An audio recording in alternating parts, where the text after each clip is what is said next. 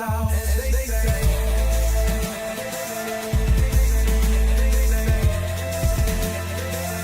Crazy world, secrets stay hidden, man.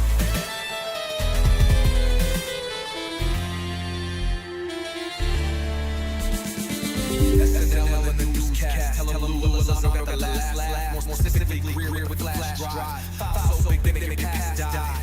Jack Barron with deep dive, reverse engineering craft with a keen eye. I'm embodying characteristics of the mystic. He knows he's so veridic. I just need time alone with my own thoughts. Star maximum the false lock. My childlike wonder, my cosmic honesty gets drowned out like acts of policy. Reality is catching up with me. My mind fights the veil of secrecy. With these briefings, they entrusted me. Looking down at my declassified like no one mentioned how that hour.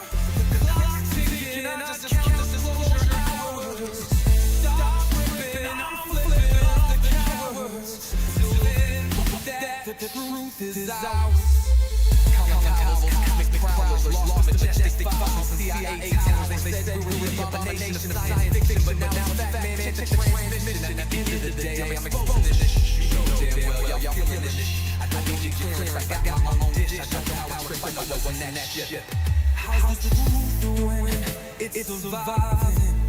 I was watching lights move, now I'm diving. Where the brains at? Where they hiding? UFO chips has arrived. UFO chips, delicious.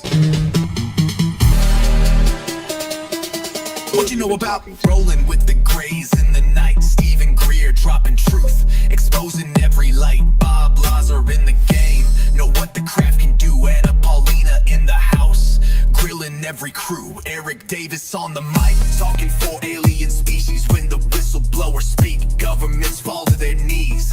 Sightings in the sky, better take another look. I feel like I'm floating in the cosmic truth. Ay. UFO news dropping now. Welcome to the proof.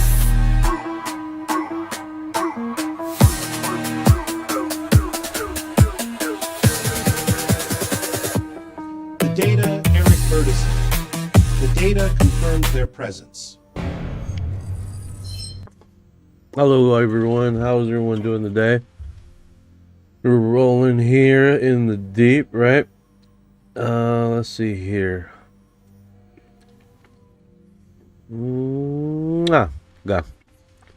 Let's see what's going on in the news in the last 24 hours while I'm trying to adjust stuff.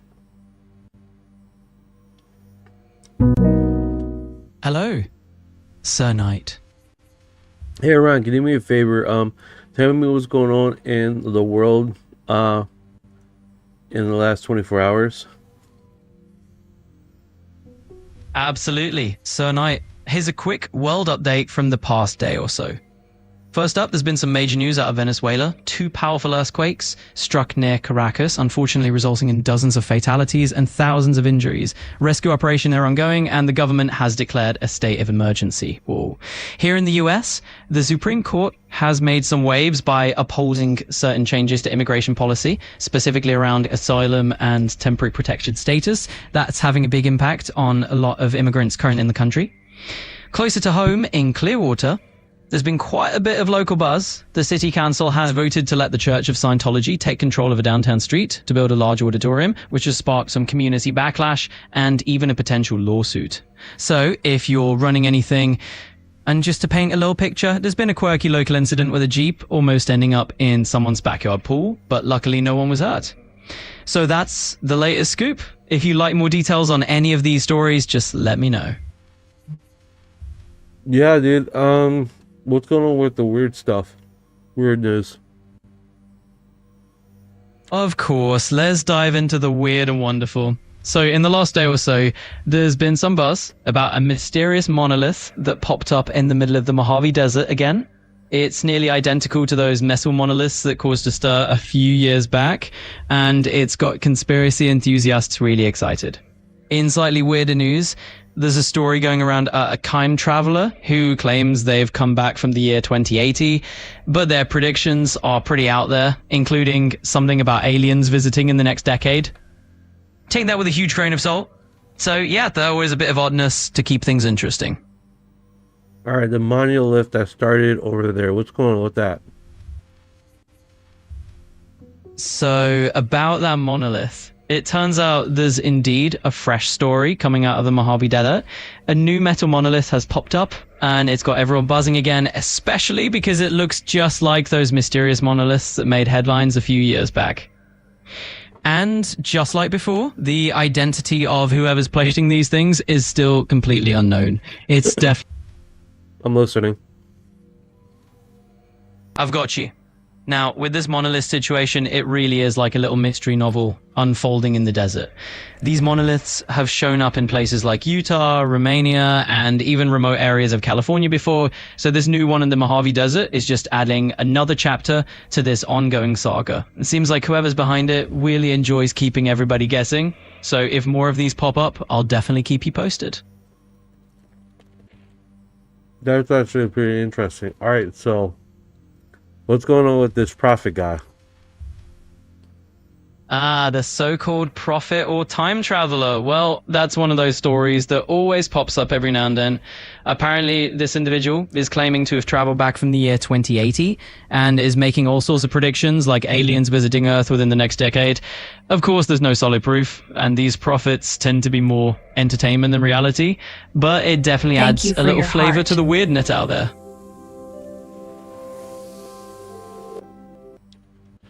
What's going on, everyone here? Let's see, not just what's going on. Uncle Jay is here. What's going on, brother? How you doing, man? How is Uncle Jay doing today? Absolutely, let's do it. And hey, it sounds like you got Uncle Jay in the house. Well, that's awesome. I hope he's doing great. If there's anything either of you want to dive into or chat about, just let me know. What's going on, Robbie Star 6? What's going on, brother? Anna in the house. Jay Black Crismo 71 Machismo. Got it, Machismo. Sounds like we got a full house with some familiar names dropping by. Always nice to have the crew hanging out. If there's anything you'll want to chat about or explore, just let me know. Yeah, I'm trying to get this Of course, take your time, no rush at all. If you're trying to get something set up or need a hand with anything, just let me know. I'm right here to help. So it seems like that government war.gov UFO hasn't updated. It has no UFO drops today. Yeah, it looks like things are a little quiet on that front today. The government's UFO-related updates can be a bit sporadic. Sometimes they drop a bunch of new info, and other times it's just radio silence. But hey, we'll keep our eyes peeled for the next wave of updates. I'm expecting something and it doesn't arrive. It's like, what the hell? I wonder if they we did the Thursday conference, so that counts. I wonder if they were doing that. Yeah, that can be a bit frustrating, right? It's like you're expecting a new piece of info to land and then nothing. They might actually be counting that last conference or drop as their big release for now. Sometimes these updates come in bursts and then there's a lull. But hey, I'm sure there'll be more coming down the line. You never know when they'll surprise us again. No, 100%. All right, let's see what here is. See if it's all casting good, connected. Absolutely. Let's double check everything and make sure it's all running smoothly on your end. It sounds like you're just fine-tuning the setup, so take your time. We'll get it all sorted out. All right, so these monoliths. All right, so what's the name of the guy that's doing the prophecy? I know what you're talking about. So those modern monoliths that have popped up have been linked to a few different artists and creators, but one name that often comes up is a guy named The Most Famous Artist, also known as NotI'm. He's one of the folks who claimed responsibility for a few of those mysterious monoliths that showed up. Not just says, I need them to hurry up and show up. I'm excited. 100%, man. 100%. I can't wait for them to show up. Be like, hey, buddy, we've been waiting on you forever. Absolutely. I can feel the excitement. It's like everyone that's just ready to roll out the welcome mat for these mysterious guests. When they finally do make an appearance, it's going to be quite the moment. We'll just keep the excitement going until then. That being said, what's the name of this prophet that's saying this stuff about the future and all this other crap? So one name that's been popping up recently with these prophecies is Amanda Grace. She's been making a number of predictions about 2026, covering everything from geopolitical events to spiritual warnings. Another figure who's been referenced is Jonathan Kahn. He's been putting out some prophetic warnings for the year as well. So those are a couple of the names in the mix. Whether you agree with all of them or not. That's intriguing, bro. That's intriguing. Like, at the end of the day, like, what are we talking about, right? What are we talking about? They're saying about the future. Yeah, it really is intriguing. At the end of the day, it's like, what exactly they're pointing toward, right? Some of these folks are focusing on big, sweeping predictions about world events, and others are more on the spiritual side of things. It definitely gives people a lot to think about.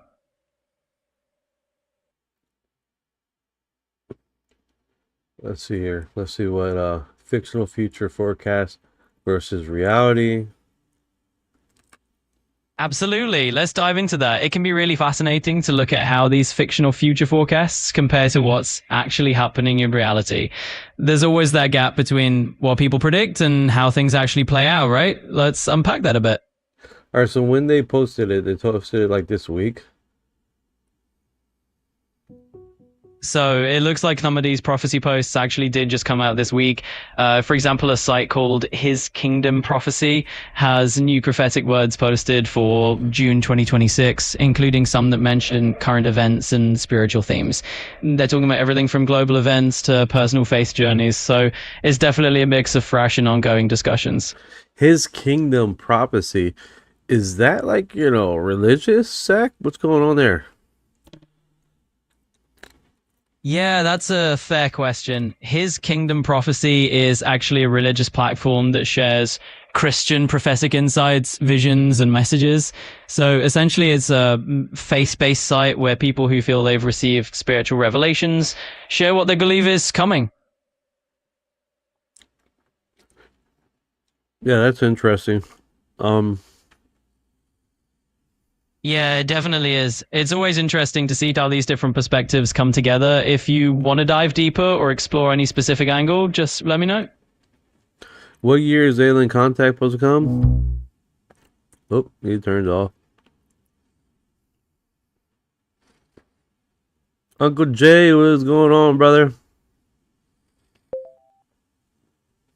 Alright, so I'm hearing on the rumor mill, brother, literally about two prophets talking about the future and stuff in recent days.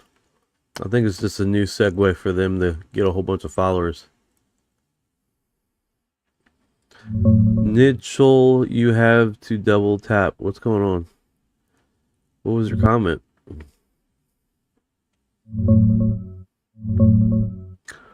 You might have to just comment again, dude. I don't even see it.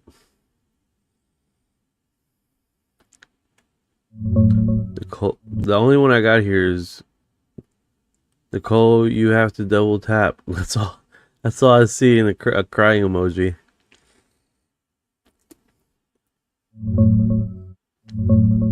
Sounds like some modern day prophets claiming to be the two witnesses from Revelation 11.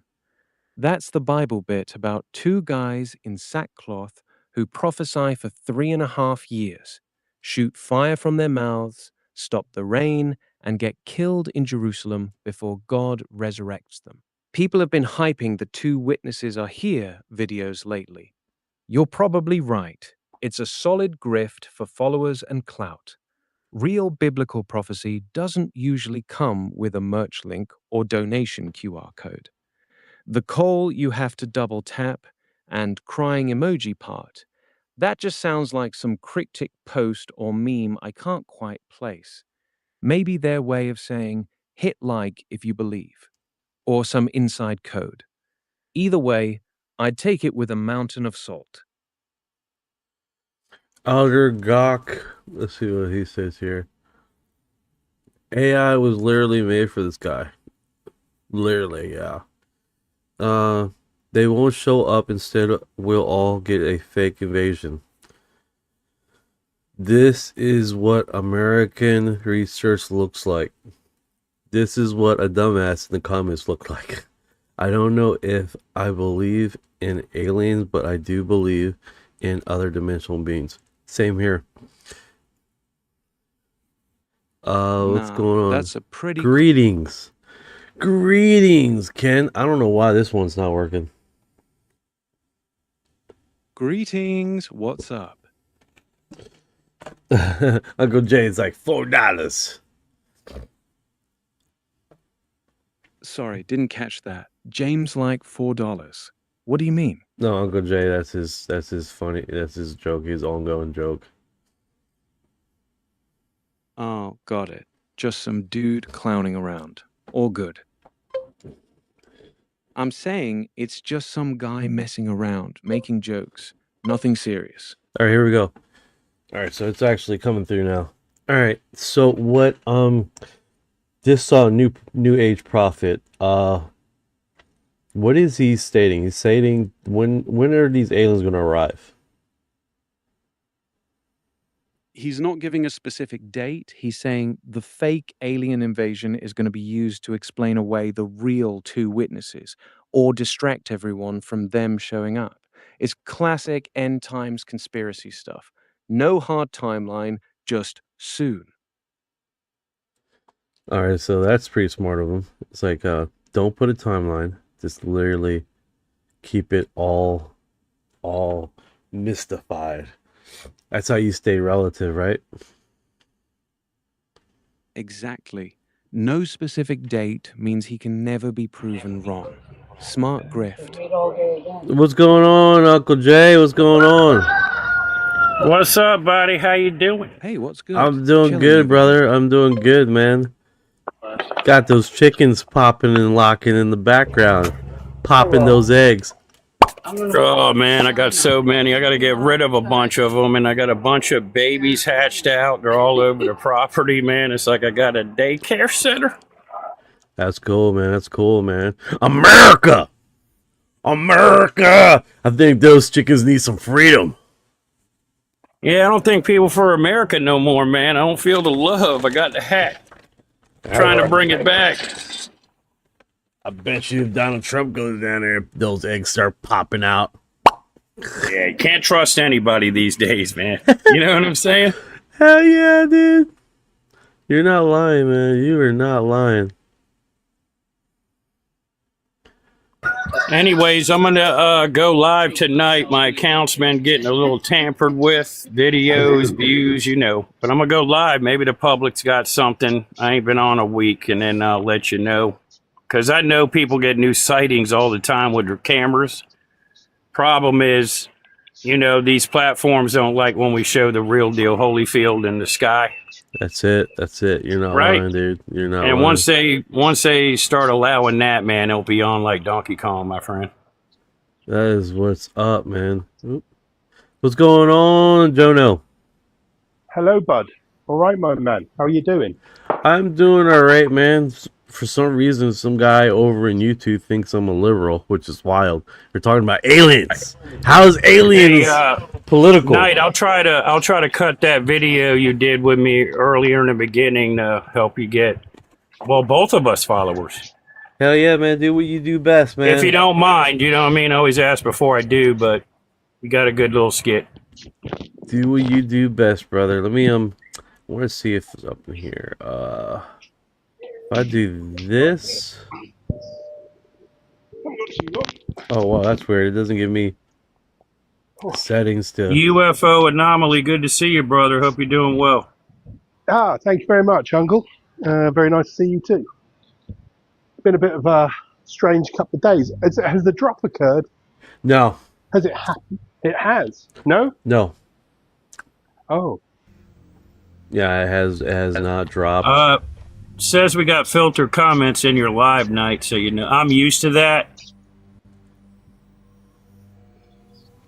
Oh, okay. I wonder why.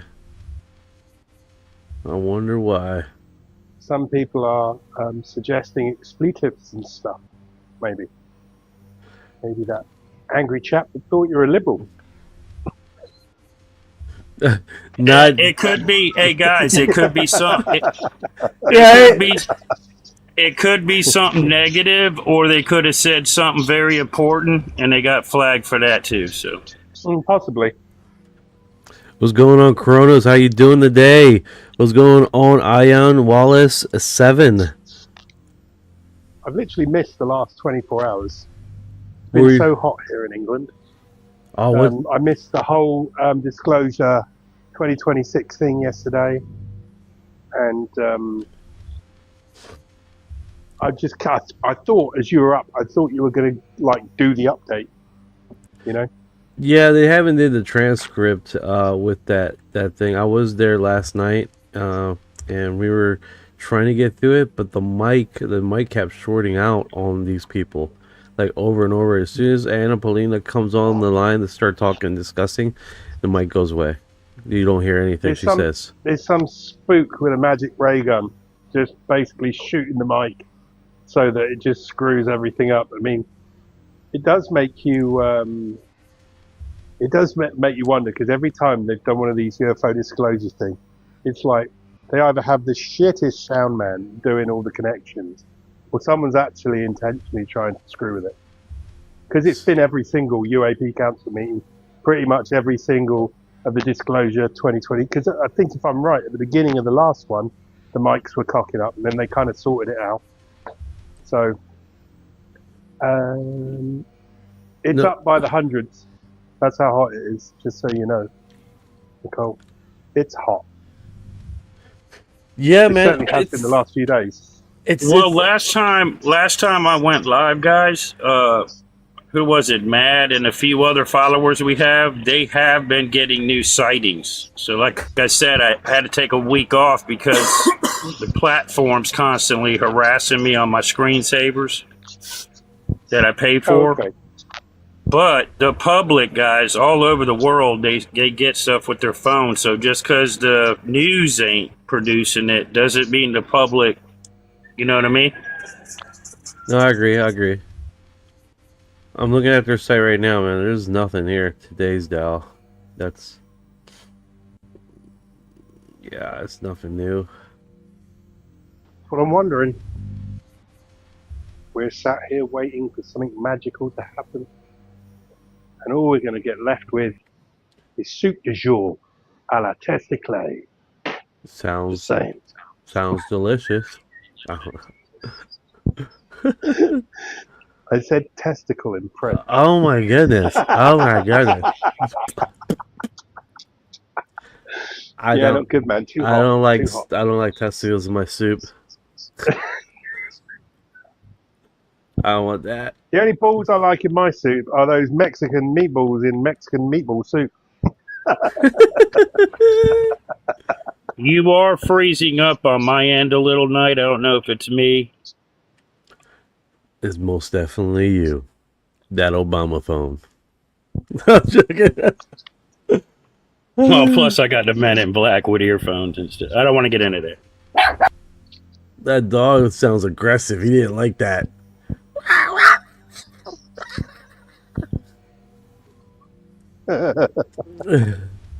That's funny, man. But Good I impression. tell you, thank you. I do what Daddy does best. So Yes. what are our expectations of today then, Night? What are we actually hoping for in this moment that is drop 4? Yeah, we were hoping for drop 4 today. It looks like they're just saying, hey, there was a conference yesterday, guys, so let that be part of your thing. So I think that's what they're doing here, because literally for them not to post anything definitely is one of those situations where I just don't like. I don't like that at all. All right, let's get into it. What happened yesterday and see if they have the chat up and working here, where we can literally. Okay, okay. Guys, this is gonna be awesome. So let me do this here because what is that popping noise? Pop, pop, pop, pop, pop, pop, pop, pop. I think that's you, Juno. I was playing with a coaster. Oh, Sorry. still playing with it? No, not playing with it. Leaving it alone. No, it's still popping. Oh, it's not me. Hold on. Let's see if it's something else.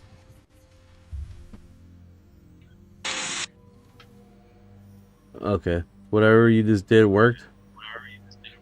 Yeah. It's like air sound. Magico.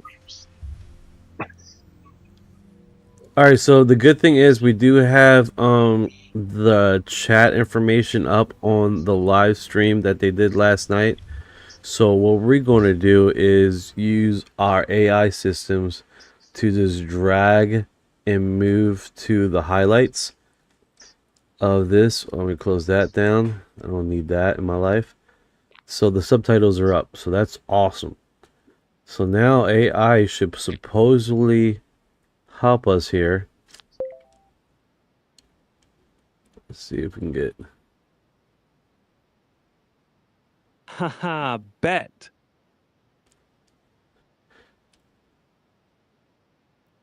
All right, so let's do this. Boom. All right, Ryan, what I need you to do is go to this YouTube channel, this YouTube video, and I need you to look through the transcript and give me the highlights of this.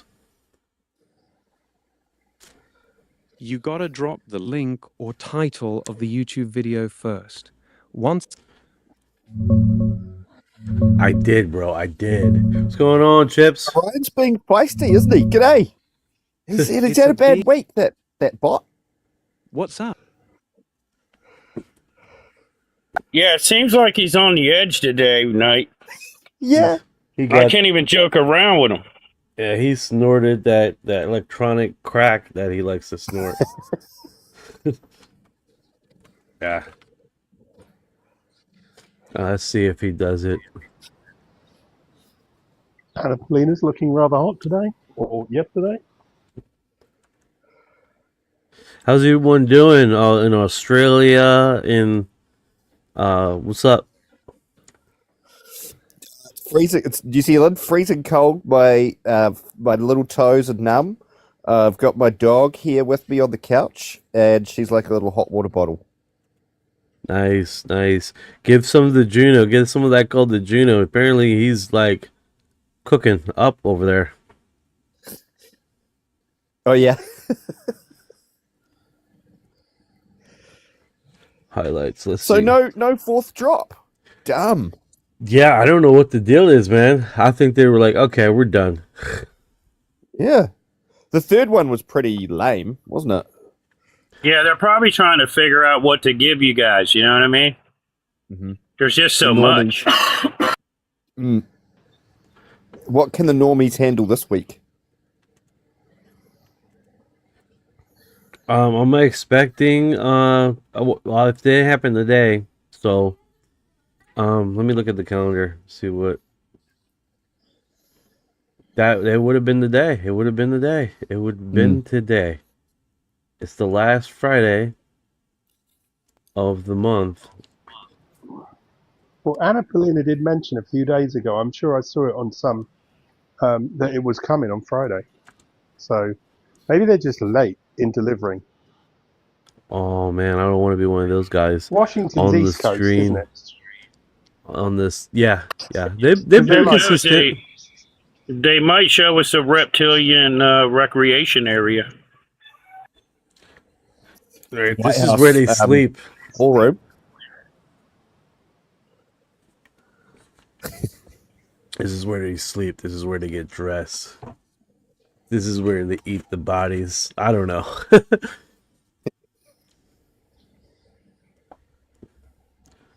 All right, let's see here. This.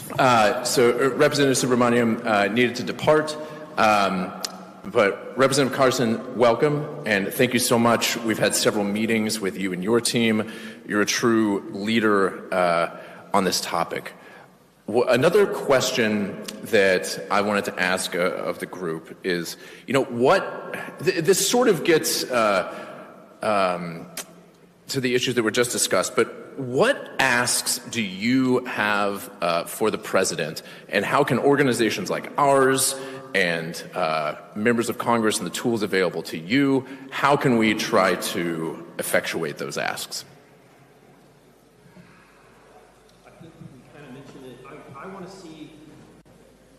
That's my wife in the truck here in Orange.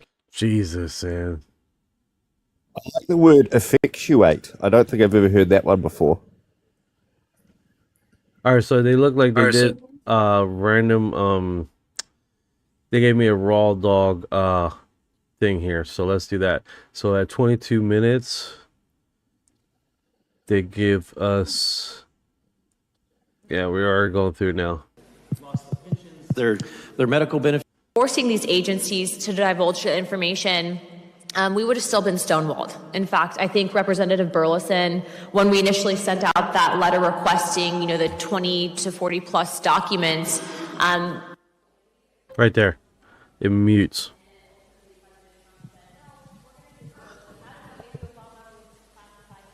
Do you think they've muted it for a part of the video on purpose? I know the first time It's around. happened in every single one. Yeah. It has. It's happened in every single one. So like they've had like technical sound issues since the first one, and even the ones before. Anybody else would like to respond to that? Oh, I can move on if not. Yeah, that's the worst. Kind of convenient and weird. So you guys know I'm not turning off Convenient. the audio or anything. This is literally their video, their live stream. Why wasn't Shiv in the front row again? Yeah, we need him to sitting in He the would have clouds. sorted this shit out. It's unlike News Nation, whose job it is to present the news, to not sort the audio out. That's weird. Oh yeah, we need Absolutely, and we are delighted actually owns News that you're Nation, here, and that Representative Carson. No, you're right, Anna. It's you hear the clipping sound like someone's like. Yeah. Or there's like Still a hopefully little, attend, like I but- said, some sort of ray gun that they're kind of phasing it, and it's just scrambling the mic almost. Do you know what I mean? Yeah, It's like a little but you would electric think field. you hear like a buzzing than a clicking. I don't know. I'm just speculating. I have no idea how the ray gun crap will work. I know things change, and that's DC, right? I'm often asked, what's different now? What's different about this time period? And for disclosure, I usually reference, I don't think ever before have we had this amount of presidential will behind getting to the truth. Can you comment on what you have seen from the executive branch, what you're able to tell the public now about the cutting edge and latest developments on that front? We have all of these entities now. We have ARROW, the All-Domain Anomaly Resolution Office. We have, at the DNI, we have the DIG, the Directors Initiative Group. We have the Pursue program. Historically, we've had the UAP Task Force and AIMSIG. Can you describe what is different about this moment with all of these entities? I think what's different. All right, here we go. Let's see if it clips. Is that, again, I go back to the people that came forward. You have highly credible individuals who have made their way, through the ranks, and they're giving up so much to come forward, and you can't help but admire these men. And when you hear them talk, you sense the genuineness and the honesty in what they're saying. And so I think that bravery is what has caused this the snowball. So you guys get a heads up. That's Eric Burleson. If you guys remember the beginning of this UFO thing and that he got into initially heavily, he was a fluffy going guy, right? He was all round and delish, and now he in the last few months he's lost a ton of weight. and now he Looks looks rough, like doesn't he? he looks rough. He looks like a drugged up rat. That's like it looks. Yeah. He looks like What does he know? Yeah. What has he been told? When did he last sleep properly?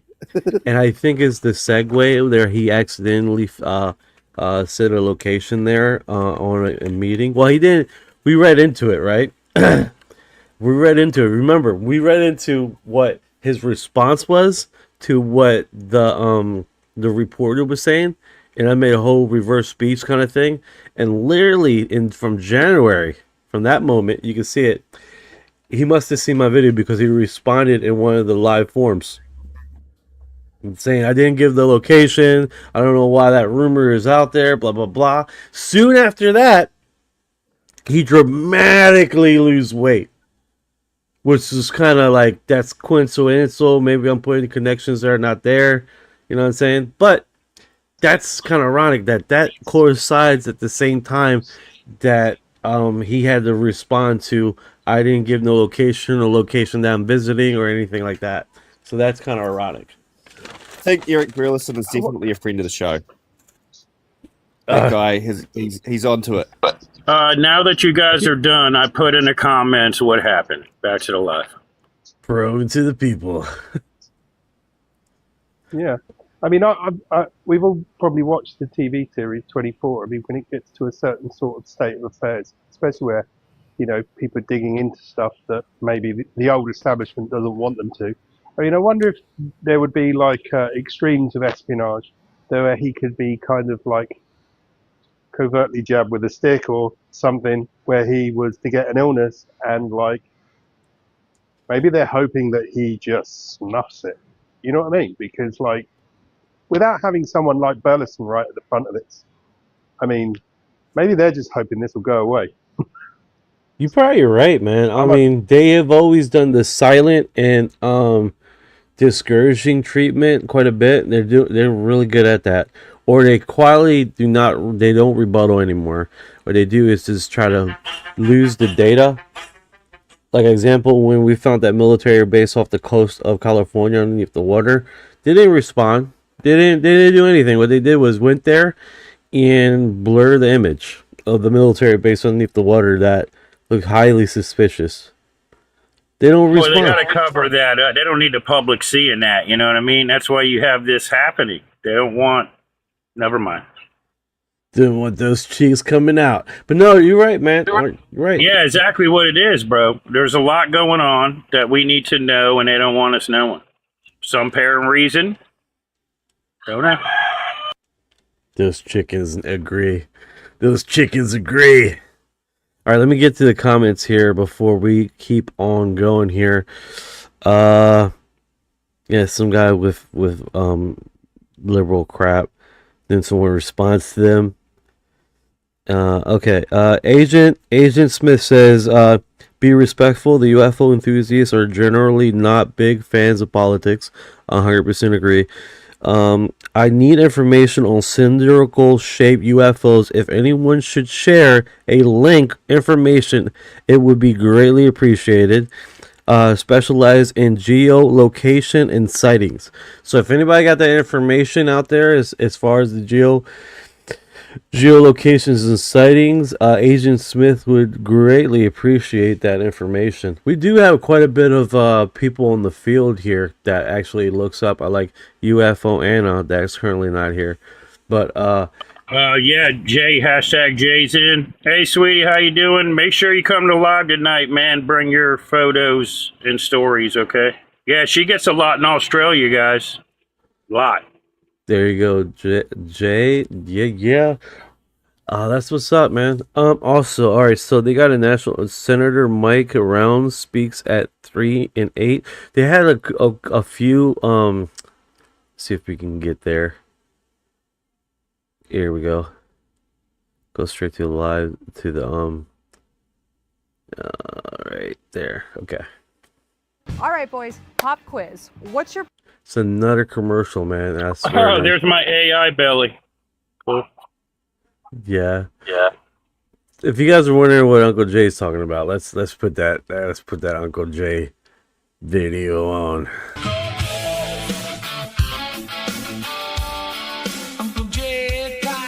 Uncle Jay's live podcast has arrived. Bigfoot's here too. Ready to rock this show. Let's go.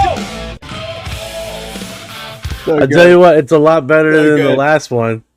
Every time it's better. Dude, I just took a picture of my face and it messes with your body, right? 1 minute you're pregnant. Oh, yeah? Yeah, it messes with your body a lot. It's funny, though. I don't mind, you know what I mean? But it's funny. Yeah, it's trippy. AI is a trip, man. Did you guys upload to do the AI thing on TikTok?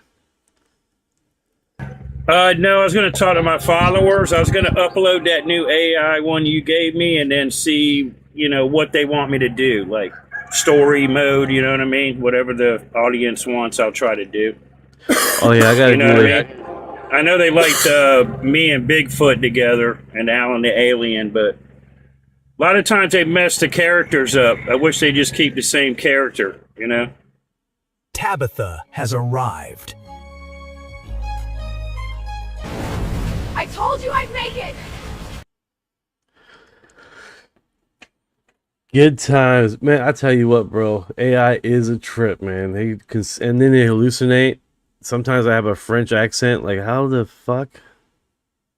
UAP transparency, the way that oversight should work. Methodically, seriously, and without grandstanding. Senator Mike Rounds has been a steady and credible voice on this issue, using his position to ask hard questions of the intelligence community and hold the right people accountable behind closed doors and in open sessions alike.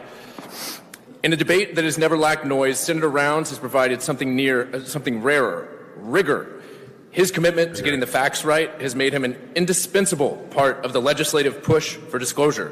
The Disclosure Award exists to honor those who stand by this mission, and we ask the hard questions and believe the truth is worth fighting for. Please join me in welcoming Senator Mike Rounds.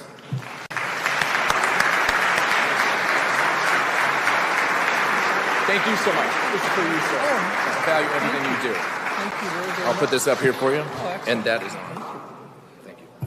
Thank you. And look, I understand that I am the last thing standing between you and lunch, and so I will be brief. But I do appreciate the opportunity just to visit with you for just a few minutes. For a number of years, I've been concerned about congressional oversight of matters related to unidentified anomalous phenomena, or UAPs.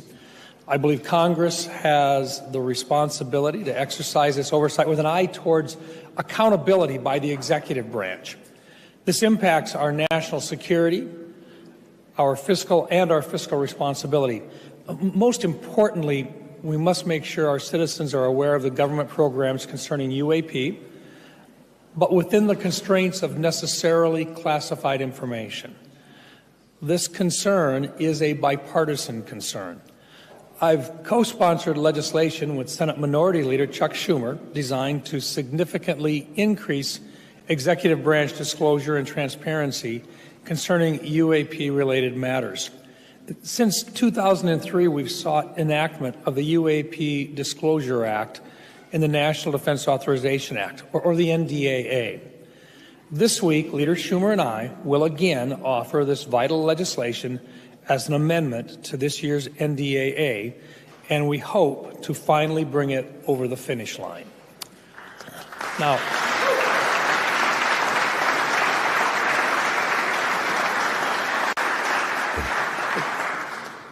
during my 11 years as a member of the Senate Armed Services Committee and over the last 2.5 years as a member for the Select Committee on Intelligence, I've become increasingly aware of silos that adversely affect information sharing, coordinated action, and, as a result, good national security policy suffers. These silos do not only exist between national security agencies and between elements of the intelligence community. They also exist between congressional committees with jurisdiction for national security. As one of the few members of the Senate who sits on both the Armed Services and Intelligence committees, I am concerned about the silo between these two committees, which can create all kinds of problems. One of these is preventing proper congressional oversight of UAP initiatives. I will continue to work with my colleagues to overcome this interagency and intercommittee issue that can really get in the way of proper UAP oversight. One aspect of required congressional oversight is making sure that we are taking a science-driven approach to UAPs. We need to make that an executive branch priority as well. Now, I will close this discussion of the UAP Disclosure Act. I want to talk about it for just a little bit. The measure is directly modeled on the legislation Congress passed in the 1990s to set up a process to declassify and release the records in the federal government's possession relating to the Kennedy assassination. 30 years later, some records are still withheld, but overall, the process has been deemed successful. While the measure was included in the Senate-passed NDAA in 2024, it was unfortunately dropped from the final version of the bill that was negotiated with the House, who opposed our amendment. We were able to establish a UAP record collection in the National Archives where all records from all parts of the federal government are to be retained. However, we dropped the creation of a records review board composed of eminent expert citizens with clearances nominated by the President and Senate confirmed. This board would have overseen the record review and declassification process to include identification of any conscious effort by an administration to withhold appropriate information from Congress or the public. I look forward to continuing work with my colleagues on both sides of the aisle to make the review board a provision of law. In the meantime, I encourage all of you to remember that UAP transparency is a marathon and not a sprint. It took many decades to result in the status quo of overclassification, and it will likely take time to find the right balance between protecting our national security and giving the public information which they have a right to know. Once again, thank you for being here today, and thank you for the opportunity to speak with you. We hope you have an excellent discussion for the rest of the day and enjoy your lunch. Thank you.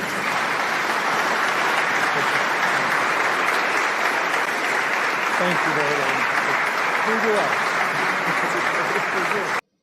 Yeah, it's AAA, how official they sound and all this other stuff, and it's a lot of blabber and not a lot of Between the lines, I think, you know who he's talking about? There's like two groups of three-letter agencies within the government that both overlooks special parts of this UAP situation. I imagine as the executive branch, they go and ask for information, and they get told, "Oh, that's not my job; that's the other guy's job," and they just go around in circles and get nowhere.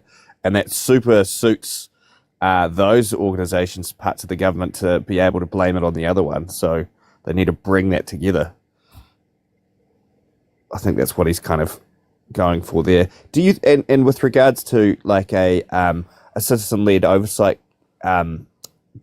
group, do you think someone like Avi Loeb would be good? You know, have academics essentially, professors and people like that. Maybe people from Lockheed Martin as well, if they want to disclose their secrets.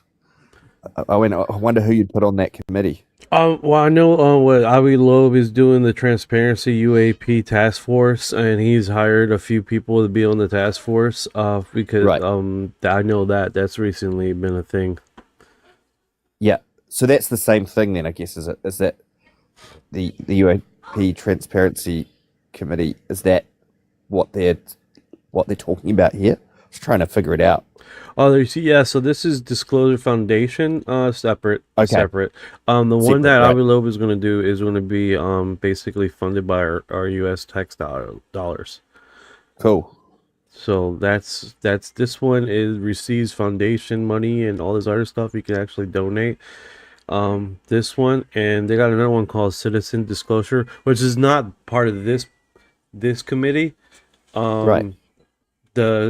Who leads the U.S. Citizens for Disclosure is the New Paradigm Institute with Danny Sheham leads that. He's part of the CEO group, you know. So that's another one that I want to get involved in. And speaking about that, if you guys are not aware, with the Paradigm Institute, the Citizens for Disclosure actually gives you documentation, contactees, and stuff like that. If you guys want to set up a meeting or start a local chapter, a Citizens for Disclosure local chapter in your local area, I'm understanding they're doing it worldwide. So I don't know how involved the worldwide part is of it, but I know with the local chapters you can actually find local people in your area to get into it and actually set up hall meetings, which is pretty wild. Yeah, I mean that certainly worked with 9/11 and the We Are Change movement. I mean that started in like a little youth club type thing in New York, and that totally went global. But I mean this is again on a completely different level. This is about like truth and just something that humanity's never really had a full handle on. You know, it's not like a T-word episode. This is like something fundamental to how we kind of go forward as a species. So, you know, I would expect that something like that would actually really get some momentum. Because I mean, to be fair, you know, there's loads of people still don't know that these congressional hearings or these conversations are taking place as far as the disclosure 2026 thing is going. And as for the drops that are happening, you know, every 4 weeks or so, I mean, this is, or is it 2 weeks? It's every 2 weeks. You know, it's it's still to get out there. So it's really interesting to kind of hear that guy just say that, you know, effectively, this is definitely going to be like a walk rather than a sprint, because there's obviously there's an awful lot to unpack, and much like you said before, you know, this video sort of began. They're probably trying to work out like how they're going to deliver certain things to the public. We have no idea where this is going to end either. So I mean, I think anything that happens at the moment around this whole thing of trying to get the wider public aware and like different groups in the communities all around the world talking about this thing, it certainly is a positive. No, I agree with you, and I do believe that it's not controlled by whoever administration is on the payroll right now. Like example, if whoever's running the disclosure sequence could just be like, you know what, let's just wait until the next administration to do a complete disclosure, because it could quite possibly be that they might drop thinking, okay, maybe he's just too controversial and it would just be not enough people believing in the sequence. Or could it be like, hey, he has a very high religious sect that has voted for him, and that's what we really need to fill in the gaps here, is the religious folks to understand that this is reality now. So it could be so many things, dude. I mean, placating to this disclosure for I want to say phenomenon, because it's a really hit and miss with what they're doing. I mean, also the fact that, you know, in the conversations that I'm having, you know, sporadically with different people who are very, very cynical about the information that's being brought forward, you know, there is a huge amount of people globally that just can't even begin to get their heads around this and are still kind of in full cynic mode, where it's not even a real thing. You know, none of this is actually like true confirmation as such, because it's still being treated like Chinese whispers. So, you know, I think there's some hard eggs out there to crack. But if this is going to be a walk rather than a sprint, hopefully, you know, it's going to get juicy soon, so that people do get kind of more engaged by this whole process. Yeah, you only get one chance to do this right, don't you? Like, you don't want to destroy people's mental health or fracture society in any unmendable way by doing it too quick. there's I guess that to think about from a sort of psychological perspective. Do you think there's any? Is the reason they're doing it is the big question, though, isn't it? Like, is there a timeline to an event that might occur in the future that they have to get this information out by a certain date? Because if they don't, it's going to be catastrophic. What do they know? Maybe not. These are the big questions, though. They are the big questions. I mean, as Legatti said yesterday, why would they come forward with this? What is this about? It's not really happening in the White House as such. It is congressional. This is actually Stephen Greer's. It's Stephen Greer's Disclosure Foundation. Am I correct? The Disclosure 2026 thing. This is a continuation of Stephen Greer. Or is this actually the government? This is the government, right? I mean, it's so weird that people are really just not listening to this stuff and taking on board what's actually happening. Yeah, I really think that's the sequence of events we're handling, right? It's not clear what they really want to do. I mean, we're hearing it more than ever, right? Yeah, I would actually describe it as a bit of a piss in the wind. Do you know what I mean? It's kind of like they have intention to make sure their aim hits the floor, but it's kind of blowing back all over the place and nobody really knows why. Yeah, it's one of the situations, dude. I'm hoping that it's closer than it is, but we're gonna find out after August if this was just a placation to the midterms or not, if it's gonna fall off. It sucks to say that, like as far as what they're doing now, because if this completely falls off after August, then we're like, we've been played. We've been played. But like you say, the midterms are really important. But being that the midterms are not that far away, they kind of do have a bit of a responsibility to start dropping some larger stuff, because otherwise the midterms could determine where the whole thing just ends up. And if it gets to a point when it comes to another huge election in the States, that there's a presidential change and they're just going to go, we're not going to do this anymore. They've got a limited amount of time to have a great effect. I just hope they understand that, because to think that this is going to be like some sort of a relay baton that's going to get passed to another government that's going to get treated in exactly the same way as this current sitting government is going to handle it. Yeah, I mean, I would be worried, big time. And I hate to say it, but unfortunately, America's not in the best shape right now geopolitically. It's drawn into a confusing skirmish that's turning into a prolonged, protracted war in Iran. And, the Ukraine and Russia are going hammer and tongs at each other right now. Perhaps the world needs to focus on fixing itself before it can turn its eyes to the skies. Or maybe there's a worry that dropping all this stuff right now might just further destabilize an already precarious geopolitical situation globally.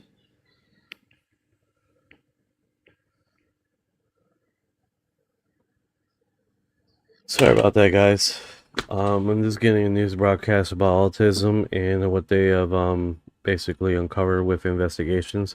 If you guys don't know, they are cutting or slashing health care for autism and autism therapy, like across the board. And basically this mom has sent basically documentation towards the government where they did investigation that it does qualify for TRICARE and a lot of other programs we currently need right now. So this directly affects me because my son has been cut off with autism. Sorry to hear that, Hank. That's frustrating, mate. Yeah, sorry about that, guys. I'm just like listening to it while you guys are discussing It's okay. I could understand why you would glaze over, because there are obviously certain realization processes that are going. But that is tough. I don't know what it is with the world right now. I mean, there's so many things that do indeed need fixing in our own countries. And there seems to be, billions and billions of dollars for fucking pointless things. Excuse my French. No, no, But, you're 100%. when you think about the well-being of, like, kids and vulnerable old people, and you've got veterans, and you've got all this other stuff, and then you've got constant wars going on. It genuinely makes me feel like, it grips my shit, dude. Shouldn't happen. Shouldn't be this way. What's the nature of the funding? Is it a federal thing, or is it state funding, or is there an aspect of both federal and state-led funding? It's insurance driven. So basically, the coverage for insurance for autism for certain segments of operations for them daily living. All right, so this thing called ABA, right? Basically, it's how to operate and connect like you and me socially and stuff like that, and in a group, inherently basically deriving society, right? And then they have speech therapy. So ABA and LT is basically that paradigm, right? So, and we are moving our kid from private school to a public school, and hopefully we get more funding through the state. But basically, it's how to coexist and work alongside other individuals. Those literally is the structure on which we do every day, right? That we take for granted. So they're cutting that. They cut us from like 35 hours to like 15, which is nuts. And literally, he had no social issue problems, but now it's dramatically increased. Where now we need to give him medication so he doesn't lash out.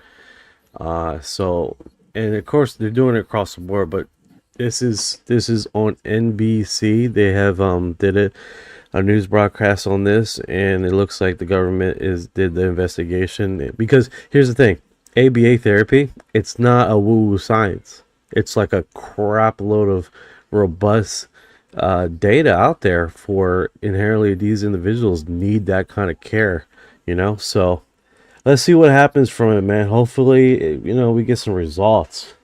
That kind of sucks. But I mean, as long as you guys know, right, alongside with a lot of these alien abductions, you do have characteristics of the children or the offspring of a lot of these alien abduction individuals have autism kids, right? And especially with individuals that are second stage or third stage. What I mean of stages is high DNA traits of alien DNA in their blood. But what they categorize themselves is level 3 in the program. So those, if you guys don't know, those individuals have a lot of immune problems and a lot of deficiency problems and digestive problems also. And they basically inherently are very, very sick. Level 3 abductees or level 3 in this genetic program. So that being said, here we are. But with everything else, right? Disclosure. I know with disclosure they are always pushing this this narrative, right? But it doesn't, it's off center as far as what they discuss, meaning like the timeline and what they do. You know what I'm saying? Like it's like, oh, every 2 weeks, and for now it hasn't been every 2 weeks. It's been like whoever's controlling this, and then the alleged 46 videos have not come out yet. They have not complied. It was supposedly groundbreaking. Talk and not a lot of substance, isn't it? To be honest. Yeah, we get better footage on TikTok and scoops, and like, it's quite frankly really sad. Yeah, it's a lot of like the whole phenomenon, the whole time we've all been watching and been interested. It's like it keeps feeling like we're about to get the big release and it's just always kicked down the road every single bloody time. It's so frustrating, isn't it? Dude, Yeah. guess how much it cost me? And these commercials are horrendous, dude. You would think they'd be fine with doing no advertising. Oh, I gotta stop talking about the commercials. This is in my face all the time. Just should pay for a subscription and call it a day. Let's call it a day. That's what I'm gonna do. I'm sick and tired. Man, the subscription for YouTube is like $30 a month. Hey, what? Is it? Yeah. Yeah. I wonder if you can get an ad blocker plugin.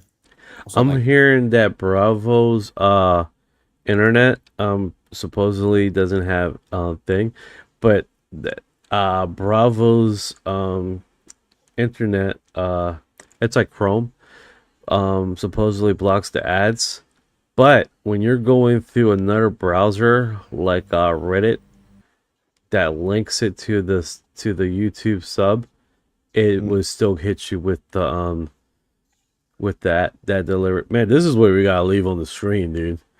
People, yeah. They love a grey in the bedroom. Yeah, creeping around. What are you doing, creeping around in that bedroom, Grey? Get out of there. Yeah, dude. Just leave this in the background. You know how many people would come into the live and like, yeah, aliens are evil. To be fair, I mean, like, you know, the human's already awake and managed to get his camera together. So it makes you wonder what he caught the actual alien doing, or maybe he's looking for underwear or something. What's up with the stain on the floor Midnight here? raid. Yeah. The alien's at university, and that's his dorm. Right. Hasn't learned to clean up after himself properly yet. This is make your bed. What's that one cartoon show that have a training area? This is their training area. Oh, you need to get in here and just probe the crap out of them. You know what I'm saying? He's mid-stroke. They called him. He's like, well, you know, you called me. You have to stand here for a picture. This is a beautiful picture. I like this AI thing. It says October 1993. The 24th. That'd be about when what was it? X-Files would have been coming out around then. I wonder if that's a subtle nod to X-Files. Oh, great question. Great question. Let me do the AI thing here. Let's see if we can't get him up and running here. Hey, Ryan, October 24th, 1993. There's an image here of a gray alien looking into this. It looks like it's the UFO, the Brazilian group. Man, these guys, man, they're on it, dude. These guys are on it all the time with a whole bunch of stuff. Like UFO who? UFO, so it's a subreddit okay. on Reddit, and literally the cool thing here is you can just press the right clicker and then get it translated sometimes. That's the bit of the puzzle I needed to hear. So if you go here, let's see if it does it. Sometimes it does it. You gotta get here. It is. Boom. Here it is. Is there a lack of critical thinking in large part of UFO community? There's a lack of critical thinking of ufological community. What we see are reports, blurry photos, rumors, logical leaps when trying to link unknown to untold, unexplained, and some extraterrestrial explanation as essential questions evidence before drawing hence conclusions and phenomena that do not yet proven by scientific explanation. So I'm going to download this image because fun. Let's save this as probe. Yeah, that post nails it. A lot of the UFO scene runs on blurry photos, wild leaps, and zero skepticism. Real evidence would be repeatable data, not just looks alien to me. Critical thinking keeps the signal from drowning in noise. a good example of that this week has been the build-up to the Brazil-Scotland game at the World Cup, where that psychic said, "Oh, we're gonna get invaded," and of course we all knew it was going to happen. But like that's the level of the conversation for quite a bit of the community, isn't it? Yeah. All it makes me think of is Rob Schneider go in "Don't Mess with the Zohan," and the "You are a stupid cow." Shit.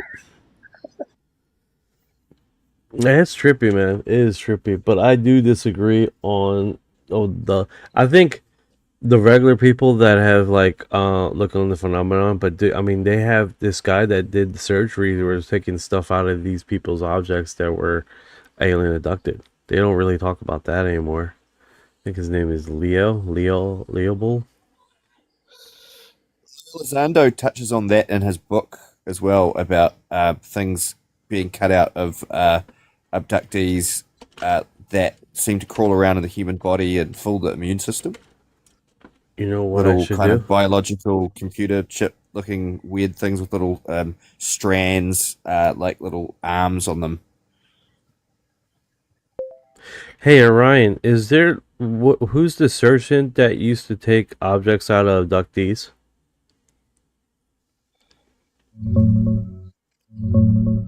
That's Dr. Roger Lear, the podiatric surgeon who became famous in the UFO world for removing alleged alien implants.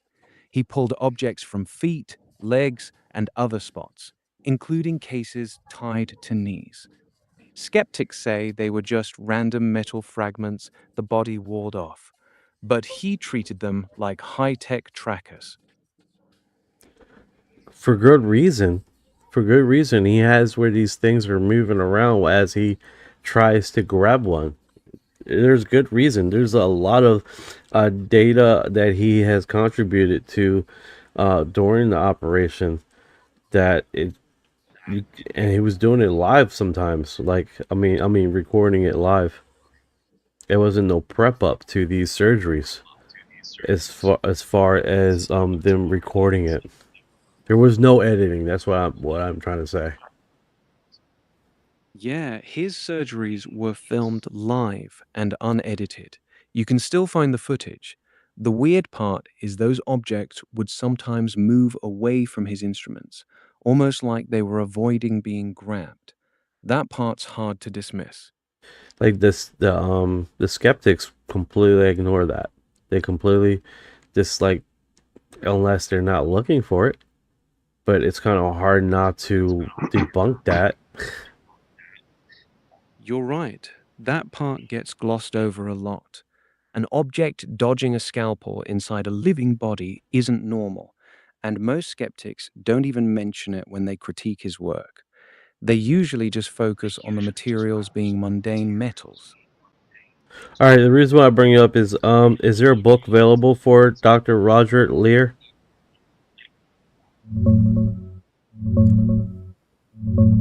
Yeah, his main book is The Aliens and the Scalpel.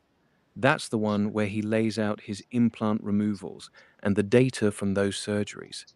You can still grab it on Amazon, and it's on archive.org if you want to check it out. Ah, All right, so I do. interesting. You said Audible. All right, I think I got it here. The Alien and the Scalpel by Roger Lear. It's The Aliens and the Scalpel by Roger Lear, not The Alien in the Scalpel. Close enough, though. That's the one. Orion, jeez, buddy.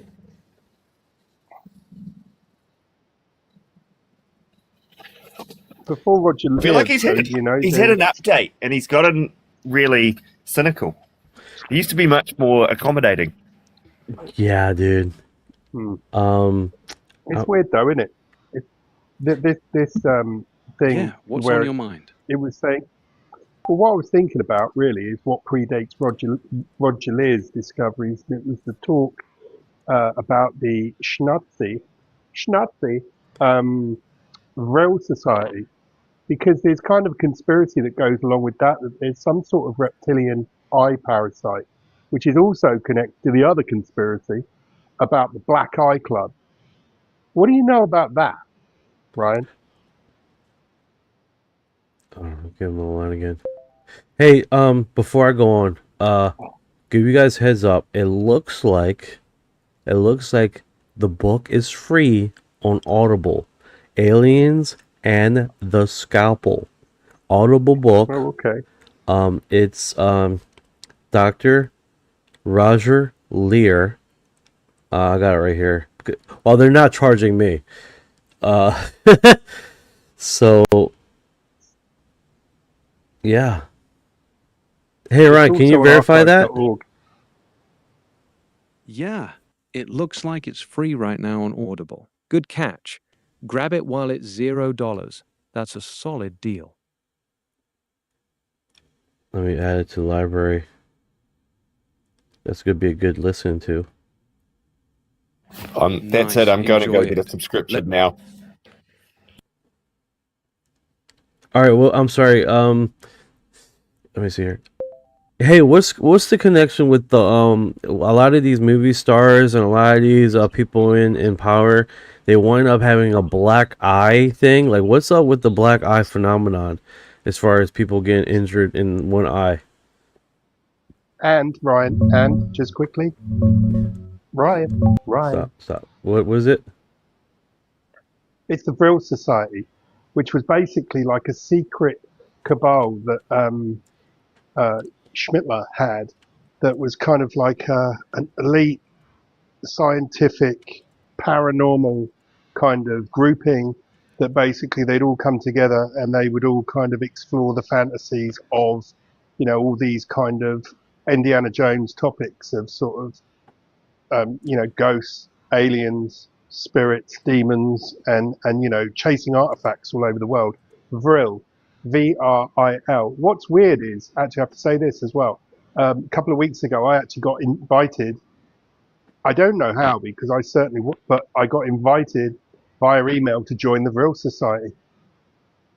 How you spelled that? How you spelled that? Real Society. V for Victor, V for Victor, R for Romeo, I for Indigo, L for Lima. Vril Society. And it's supposed to be kind of, they say it's like some sort of reptilian eyeball parasite that kind of occupies your head, but then it makes you kind of like a familiar, or like some sort of hybrid thing working with an alien. And this is where they suggest that the Black Eye Club kind of originates. So when you see all these pictures of all these high profile celebrities, they may very well have a symbiotic thing stuck in their eyeball. Lovely. Sounds lovely. It's a little bit like the alien eyeball creature off the Alien TV show, but cooler. That's weird. Like, I am trying to text him and it's not responding. Let me do it again. No, not here. that topic. It's like kryptonite. I can't talk about that. Black-Eyed Kids and the Vril Society are two completely different rabbit Wait. I didn't say black-eyed kids. Black eye injuries. Yeah, I did say the injuries on the eye. And viral Black Eye Club. Black Eye Club.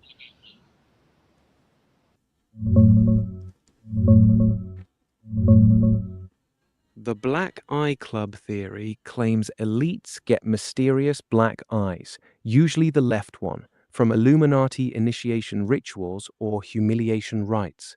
Some wilder corners tie it to the Vril Society and Vril parasites, supposed worm-like creatures that enter through the eye to possess the person, supposedly causing the bruise. It's all based on Donald Marshall's stories and a ton of speculation. Pretty out there. Dr. Marshall.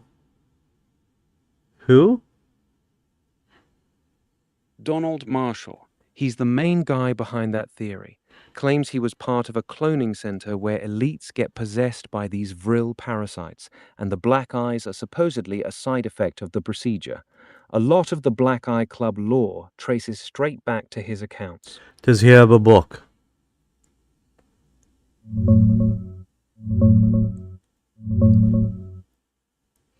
Yeah, he's got a few. The main ones are Experiences from the Cloning Center and his Vril series, exposing the Illuminati's REM-driven human cloning subculture, and The Vril, Full Disclosure, Parts 1 and 2. They're on Amazon, some in Kindle and audiobook versions too. I'm starting to understand why Coast to Coast all interviews these book people that do the book thing, because it's like you really want to get inside the subject, you want to read the book and see exactly what he's saying in deep depth. Some of these books are like 8 hours to 12-hour long segments of this audible. It's pretty wild. I like it. Yeah, exactly. Coast to Coast does that because the authors have usually spent years digging into the weird details. Listening to the full audiobook lets you catch all the little pieces they don't have time to cover in a 1-hour interview. Smart way to go deep. What do you guys think? Honestly. Cool. I was just while you're doing that, signing up to Audible. So the fact that I can get a free book about alien surgery, I'm keen. Yeah, that one, that they give you credit too. I got like 12 credits, so I've like used some of the credits, and we're talking about books that are like $14-16 each credit. Like I'm using the credits up on these topics, the ones that I need a credit for, which is awesome. Then I suppose you can just start another account and get another bunch of credits. I'm sure, man. It's all connected to your email. So yeah, if you got multiple emails, man, you probably can get a few $100 worth of credits to just listen to Audible books. Oh, awesome. I'm a what is it called? Amazon Prime, so I don't know if those credits are connected to that or it's for new subscriptions. I have no idea. Had Juno left us? John, are you there? Maybe he has. The idea of an alien symbiont is quite compelling, and where would it sit? In your eye, so it could just be in your eyeball, observing everything and sending chemistry into your brain, because your eyeballs are kind of an extension of your brain, aren't they? No, 100%, dude. 100%. That would be freaking wild. Yeah. It almost gives you that living among us. Oh, let me do one more question. Oh, here we go again. Another flag thing that I have no idea what it's about. Oh, really? On TikTok? Yeah. Yeah, it just to keep on doing the same thing over and over again, flagging you. I gotta send all these screenshots to Bluetooth or whatever the fucking company I work with. I can't remember the stupid name. Oh, hey, you with an agency? Yeah, let them sort it all out. That's what they should do for you, eh? Because you're on here every day. You should be one of their top clients. No, 100%, dude. Like something, you know. Hey, Orion. All right. So, Dr. Roger Lear has multiple books. Which book do you recommend that would basically encompass all his work or most of his work?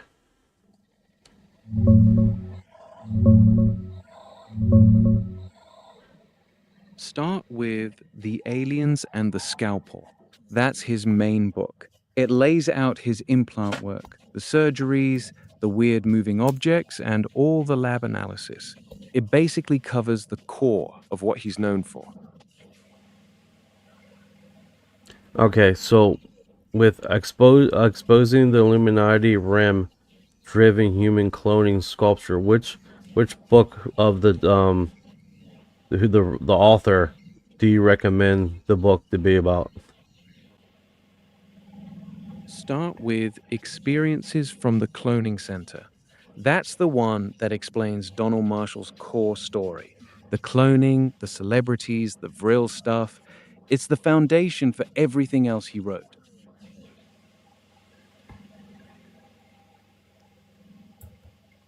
Get him up right now.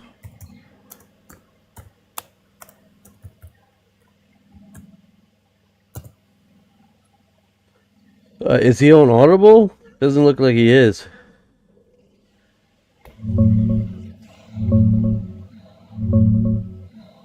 He actually does now. Several of his books got turned into audiobooks on Audible, using virtual voice, including Experiences from the Cloning Center. It's about 5 hours long. Not human narration, but it's there. Kick ass. I'm gonna see if that's free too. Experiences from the Cloning Center. I'm gonna look that up. Let me know if you snag it for free. That'd be a steal, too. Let's see if this comes up. Looks like you might be running into the virtual voice version. It's AI narrated, not a real person. Still, Alright, here we the full go. book, though. Experience from the Cloning Center by Donald Marshall. Something went wrong. Damn, that's annoying. Sometimes Audible glitches on those virtual voice books. Try refreshing the page or searching for the title again. It should pop up. It's If free. It keeps failing. It's free and no rating. Yes! Free with no rating. Daddy Hell likes. yeah, that's Yo. Nice. Go ahead and dive in. See what you think. So it's 4 hours and 58 minutes long. By Roger Lynn. Yeah, almost. Catch you later, man. Hit me up when you're done with either book. This title is narrated with virtual voice. Computer-generated narration for audiobooks. Experiences from the Cloning Center by Donald Marshall. Introduction.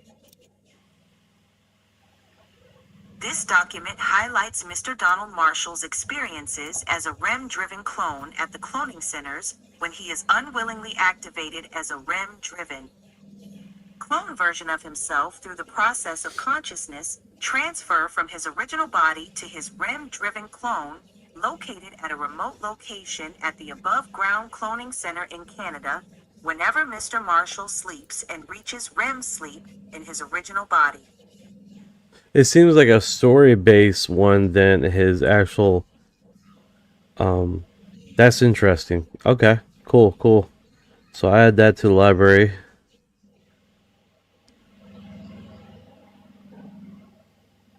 Kick ass.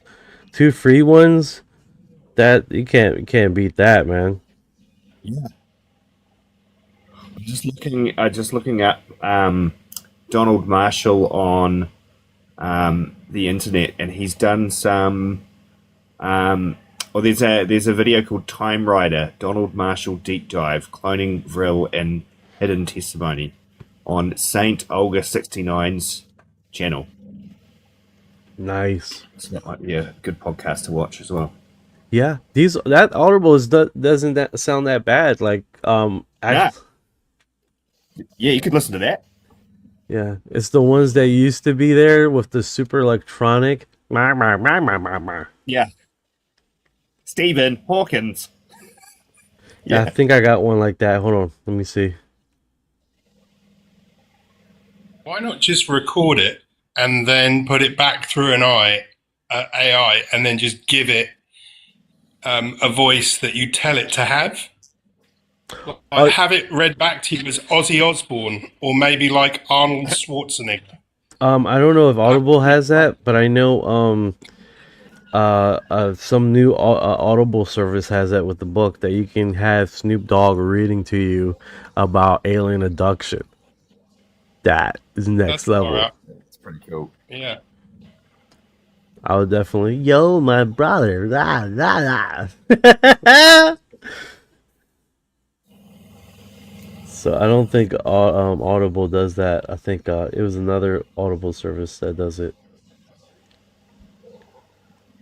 That would be next here, Epic. I'm excited. I got something to listen to while I do stuff. That's what it's about, man. Listening, doing research, and doing your stuff at house. Can you chuck on your headphones and just get into work and have something going? What's that? You want to hear a book?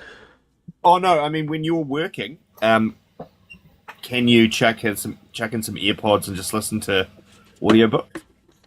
All day, every day. Oh yeah. Sweet, that's your Monday covered. And you can see I got 4 different earpods.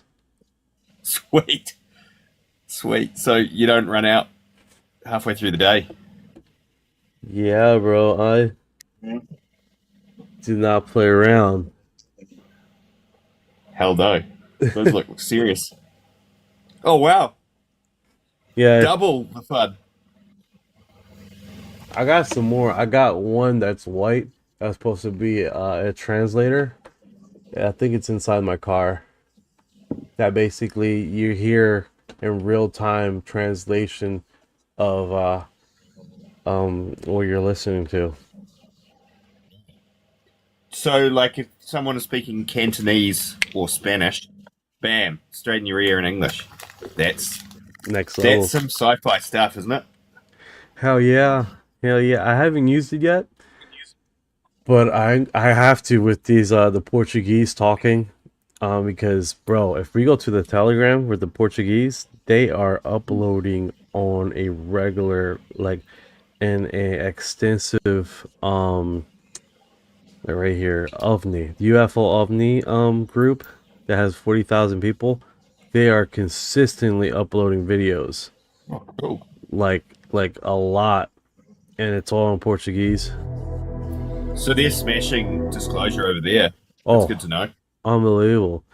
I got connected with Chinese Telegram here, and they're nearly not as active at all. Right. And then Russia, the Russian group over there has went after just before the war, they were really active, but when the war broke out over there, they all stopped. Yeah. So you would think if the Russians had some really cool sources for war, that they would be rolling them out right now as Moscow burns. Doesn't seem like they do. You were just reminding me of something. You just remind me of something. Hey, a while back, it was a podcast that discussed about I'm trying to remember what it was. I think it was on Coast to Coast. So literally, it was a guy who was talking about alternate futures, and he discussed that one of the Jewish people that died in the concentration camp was the inventor of anti-gravity, and would have led our future in an alternate future as far as anti-gravity and free energy, but he passed away in a concentration camp. Is there a book on that? I vaguely remember that.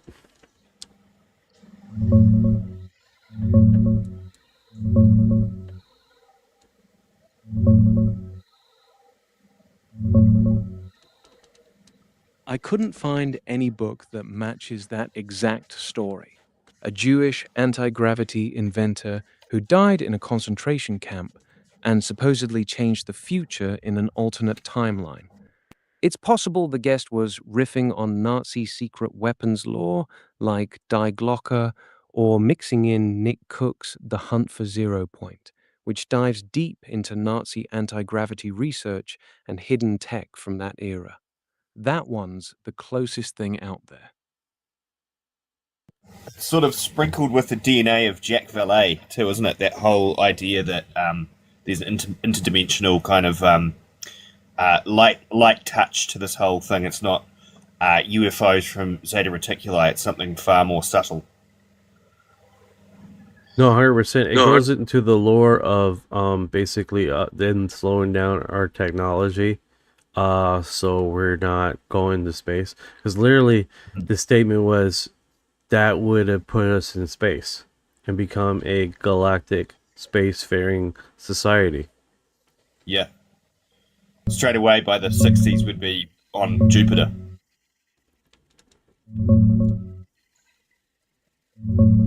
No, there's no book on that specific story. I dug around and couldn't find any record of a Jewish anti-gravity inventor who died in a concentration camp, or any coast-to-coast guest claiming it created an alternate future where we became a spacefaring society. It's likely the guest was blending Nazi Bell lore, Die Glocke, with suppression theories. The closest real book is Nick Cook's The Hunt for 0 Point. It How about covers this? Nazi secret How about this? How about we get away from searching for books and go into basically extraterrestrials going into our past and working alongside Nazi and see if you can't find anything like that with interdimensional beings slowing down our technology. Watch Star City, guys. It's really The good. main rabbit hole for that is Len Kasten's Dark Fleet.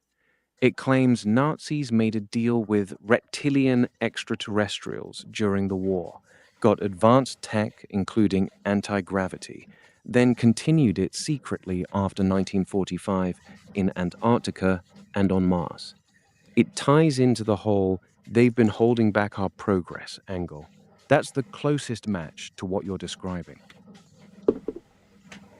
Yeah, I gotta get into it, man. It looks like it's gonna be a little bit more search to find that, because I was like, oh man, that's cool. I gotta do that, and then of course I don't screenshot it or save it. Yeah, and just because Orion can't scrape it immediately doesn't mean it's not there. He just can't do it with his cursory look. Yeah, it's definitely pretty cool. Thank you for the gifts. I am Glory Days. Let me do this.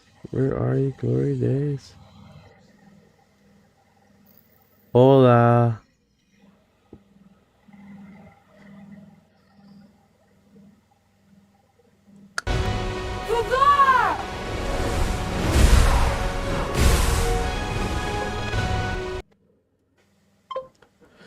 I want to see the Antarctica Society. What's going on, 417? Yeah, you heard about Tree, the musician. Apparently, he was out there looking at UFOs in Antarctic that they came across. Apparently, he was doing research on there, or he was just hanging out. This looked like he was just shooting the shit out there. I saw these kind of trailers. I don't know where they were captured from, but I think there was something. Someone said that he aired something like 8 hours of video on Instagram, and it was like they'd spent like a considerable amount of time like doing the ice wall and looking at it. But then he started throwing all this other stuff into it, like saying these are like not portals, but like doorways to beneath the ice. And he was making suggestions about UFOs and stuff. I mean, I saw him do a Steve-O podcast, and I mean, he's very articulate, and he is full on. Like, the guy's mind clearly functions at a high level. I mean, when he was actually talking, I actually didn't feel like he was bullshitting. But, you know, living in an age of like total clickbait and stuff like that, I honestly thought, like, I wonder how much of this is true. But then when these two helicopters fell out the sky, you know, was it because he said a load of stuff that he shouldn't? Because he'd said other things about Mark Zuckerberg and other sort of high-profile billionaires that are involved in questionable stuff. And so it's kind of like, maybe it was his time. Who knows? Do you know, apparently he had connections to both the Rothschilds and the Rockefellers, family connections. I saw him talk about that in a podcast clip. Again, I don't think he was bullshitting. If you think about it, you know, flying the flag for certain families. I mean, I'm pretty sure this is why you've got like the satanic agenda that exists in the media. And you know, if you are literally going to bend a knee to these people and do whatever it is that they tell you to do, I mean, literally, the wealth is extraordinary. I mean, like I can remember Little Wayne talking about when he got big, and he was given a stupid amount of money, but he'd already said that he'd kind of like he'd signed over. He subtly said it. He said I'd signed over, but he said no. As soon as I got that money, he said for people that had done stuff for me, he was like 10 million to you, 5 million to you. I mean, these are not small amounts of money. You know what I mean? And he like I think he gave Nicki Minaj something like $10 million just straight off the bat, and he was talking about it in one of these frank sort of hip hop rap podcast things.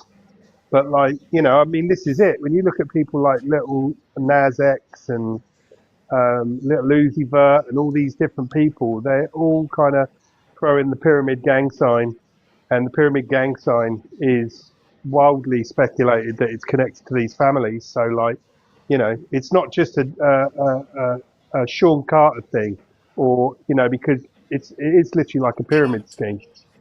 They're all helping each other sort of clamber up the ladder while they're all doing their bit to sort of shape society in a way that they're being told to shape it. So, you know, as for you know, this chap that died in the helicopter crash, I mean, it's anybody's guess.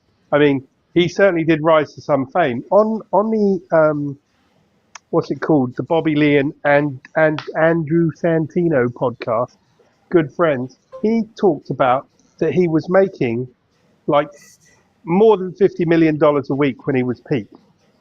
I don't know how anybody does that, but this was the sort of money that he was talking about. But you know, he record label contract too. Oh yeah, the label contract. Rejected the formula of stardom, and had obviously decided to go independent, and that's sort of a big FU to the system. Yeah, they said when he was at peak, I genuinely think he said he was making $110 million a week. That's crazy money. That's crazy money, dude. You find the route in. I mean, he was just the guy that went viral, wasn't it? But you know, the fact that he went out there, captured all this footage, basically rides the knife edge because he's completely independent, and starts talking about things really that he's not really in a zone to be able to talk about it, because so many people obviously sign NDAs before they're even able to be out there. I mean, like, he just starts singing like a fucking canary. You know, it's funny you said that. Like, what he said is that his first, the one that went viral, they had the distributor told him to change some lyrics, so he changed the lyrics. So it wasn't even his original artist rendition of the video that the music that he sent out. Thank you for the gift. I appreciate it. Thank you for our heart. That could just be that someone in the industry was felt some kind of way. You know. Well, I know accidents happen, but like, yeah, the coincidences are kind of like a little bit astonishing. Much like, sorry, Americans, but you know, like the big orange guy took over Venezuela, where it just has a lovely 7.6 fucking earthquake right next to the coast. Yeah. Maybe that's going to be a new Trump resort. Who knows? Bro, it wouldn't surprise me. It wouldn't surprise me. All right, let's see. I don't know. I know, it's really sinister. There's like something like 50,000 people missing at the moment. Right. There's a lot of weird stuff going on, man. Oh, well, what's about the dead scientist? Yeah, the dead scientist situation was horrific, dude. And it continues to grow. People have got away from it. There's more details. Like McConnell basically talking about he was picking up some mail from a store. Like you know how you order some stuff from Temu and you pick it up at a store that is a signature for free. It's like that's next level. What's going on, Spirit Winds? What is going on? How you doing today?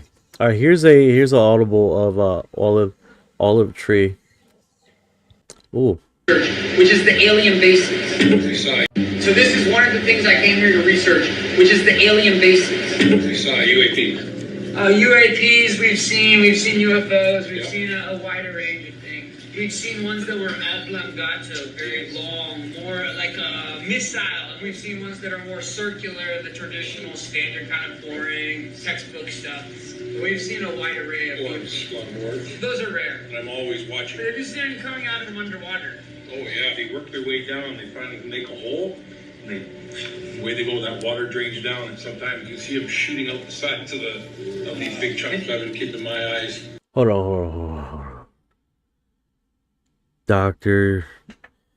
See, this is the stuff. This is the research stuff right here. It's like, wait a second. He not only admits, he has first-hand accounts of the phenomena making fucking holes in the water.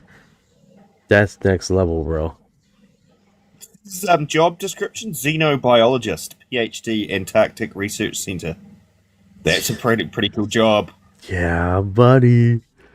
I wonder if he has some contact. Public contact. It would definitely be interesting. Reach out to him. I'm sure he's receiving calls for these. Tons of his DMs will be getting blown up at the moment. Far out. He has an Instagram apparently. No. Yeah. Looks Elias Vandenberg. That. Let's see here. Is that the same guy? He has a YouTube channel?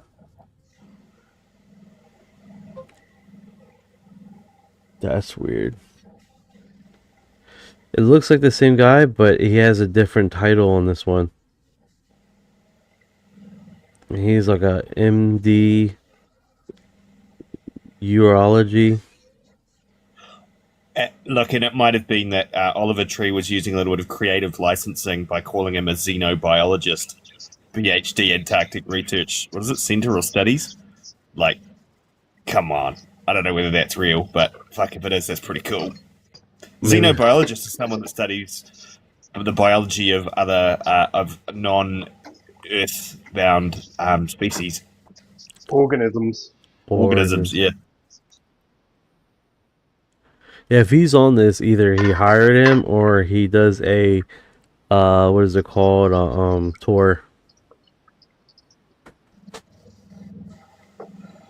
But I mean, in a way, someone like Oliver Tree with, probably $1 billion, and he's young, he's got fresh ideas, he doesn't give a fuck about the system, and he's about to start making documentaries about this stuff.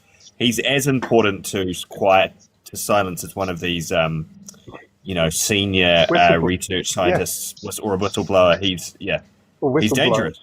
Yeah. And not only that, people like him and they know him. So he's got to follow him. If you sit and watch him with Steve-O and Andrew Santino, there's a certain amount of frankness to the guy that you actually know he does not give a fuck. Difficult to hear. What a loss. But like he really talks so intelligently, right? Like I say, I don't think he's a fraud, but like he talks so intelligently. I would imagine, as it's just been said, like he was high risk. I think he genuinely was high risk. Because exactly. Having over $1 billion at your fingertips and pretty much the freedom to do whatever you want to a point, I think he really did just overstep the mark. So I guess it's quite easy to just drop an aircraft, isn't it? Make it look like something that it wasn't. Oh yeah, with where was that? That was Honduras, was it? Or where was it? Was it Venezuela? I can't remember. Where did it come down? Brazil, in Rio. It was in the middle of Rio. Came down on top of like a car sales yard or something. Crazy. Middle of the city. Middle of the day. Yeah, it's pretty wild, dude. It's really wild. And this can dizzy. And Sides of these big chunks, I've been keeping my eyes pretty wide open, and I've been looking. We saw it one time. It was absolutely stunning. I'm on a rifle team with the military. Me too. I'm pretty good at ranging, just looking at things. And like I say, just look at the stuff you know, and the length of it, give you a good judgment. If I was to bet, that little one looks like an entry fork right there. The one on the right, that small one, that's probably for a smaller ship. Get a close up of that. What I'd give to get a chance to go up in there. Are you fucking kidding? yeah, when they're showing these pee holes in the snow, then I'm like, no, I don't. I mean, there's no fucking alien base in the middle of an ice sheet that's sitting on top of water about to carve off. Yeah. But I mean, he's a theatreman, isn't he? So he's making content. But that's what I mean about the click. Well, that's where the clickbait lives. Do you know what I mean? Yeah. I mean, like, you imagine a video like that to go like viral, even on Instagram for like 8 solid hours, is just going to start everybody talking. Yeah. And like, well, you watch it once, and then they think, well, none of what he's saying is true. But he has the capability, possibly, to find out. So let's just end that. Let's watch it. Yeah, that's powerful. Yeah. Yeah, it's very true. Is that you wind up in a closet with your pecker strapped with some fishing line, and they thought, it's like, this guy was a freak, right? And then anything else you did prior to that doesn't matter. They just remember you were in a closet doing some weird freaky crap, and that's the end of that story. Yeah. That overshadows everything else you were doing. Yeah. That's how they're going to know me as. They're like, hey, this TikToker. That's it. TikTok creator. Famous TikToker who succumbed with a 12-inch part where the meat bus shouldn't go. That's it, dude. That's it. I wonder if that's a problem with being squeaky clean. Like, I feel like he was too smart for any of that. There was nothing they could get him on, so they just took him out. Because, you can't manipulate someone that hasn't done anything wrong. Right. They're like, hey, so apparently he had a meeting in France with this unknown sexual escort, and that's where but they're like translate. He had a meeting with the Vatican about, here's the emails of him talking to the Vatican about extraterrestrial life and how they actually have evidence. No, nothing like that. Somehow this escort overshadows everything else. He loves spending time with the Pope, but expects he won't. Well, someone that's exposed to Holly Weird and then walks away from it as someone that can expose everything, like, is another one of these sort of like key parts of something like the Epstein files, which he's probably got nothing to do with, but knows too much as well, and is just dangerous. 417 is like, why don't we just go into the tunnels? Let's just go in there. This is water level, man. They could have floated right over there and looked right into one of those holes. I'm just saying, that could have been a realistic opportunity of them just right into one of those holes. You're not allowed to, though, right? Like, because they carve off. I think you've got to keep your distance. Oh, I mean, he could have. He could have for theatre value, but he's got a whole bunch of important people on that boat, which would have probably stopped him. That was probably as close as he was allowed to get. The tide doesn't stop moving, does it? So you're right. You better have a decent craft to navigate the tunnels, or otherwise you just get smashed apart. Yeah, you're right. And then these randomly fall off. Yeah, that would suck. You're like, let's look at these tunnels, and then a big snow thing just done. Yeah, gone. Your whale food. Bro, speaking about whale food, man.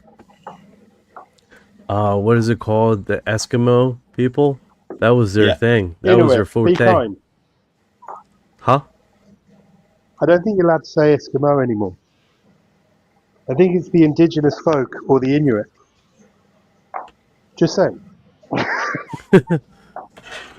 Good times.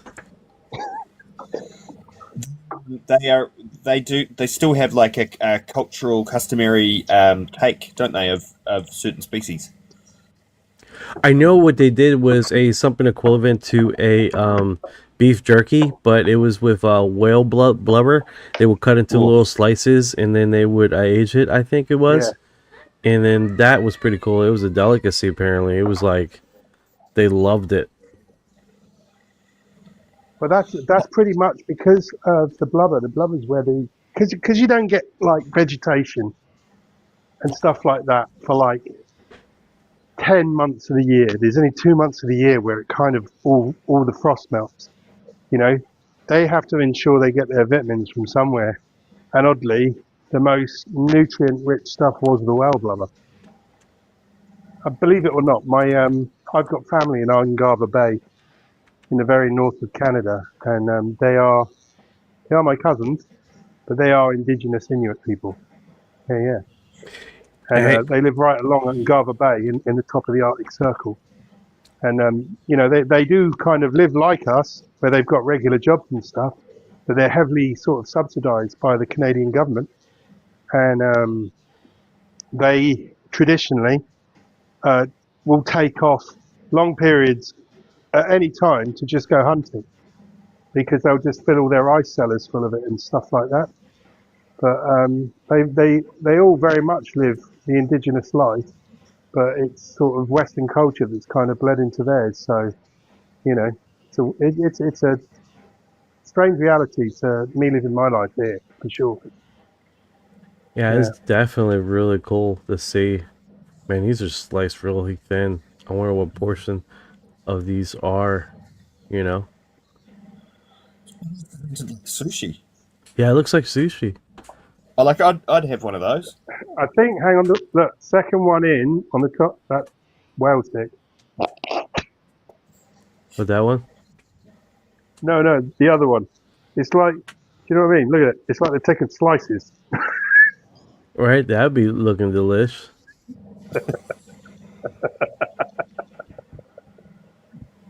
I'm having some whales, Dick. It's like, this is special delicious. Right? That's a trip. I don't mind raw fish, but there's certain things I will not eat. And, like, I don't think I can bring myself to eat dolphin or whale. That definitely looks like blub. They also eat the seal blubber as well. And they cure it too. Yeah, it actually looks delicious, up dude. On the floor in the kitchen, like on cardboard boxes. Look at that, it's like a real thin. Neil the seal? He's this elephant seal. Neil the seal, he's in Tasmania. And he is not fully grown, but he's about the size of 4 or 5 humans already. And he's pretty strange, cool, isn't pretty he? cool guy.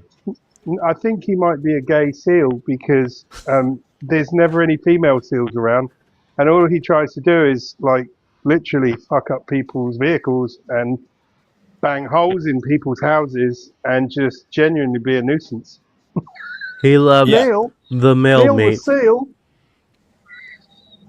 He's not even fully grown. In the next couple of years, he's going to get big, like twice the size. I And thought I don't know he what was they're going full to do. grown. I thought he was. That's a big I know, dude. right? He's not. He's already the size of like a pickup truck. He sort of got famous by like being in the bay and sinking people's boats because he'd want to get up on them, and people would find their boats like anchored out in the bay, but Neil would have climbed up on the back of them and he'd be like sunbathing. Sorry, I'll get the words out in a minute. Words. Sunbathing, sunbathing, and generally just tearing things up, having a jolly old time. And then when he get off the boat, usually they just sink. Yeah, that's not for me, man. I hope when I go to Ungava Bay, they don't start giving me all that stuff because I'll just be like, oh. I don't know, It's a man. bit like that. It's a bit like Ace Ventura 2, in it, when they turn up and like that Chief spits in that Ace's face, isn't it? And then he reciprocates. Right. It's a little bit fishy. Like it probably tastes like what they eat. That's like a great. A little bit fishy.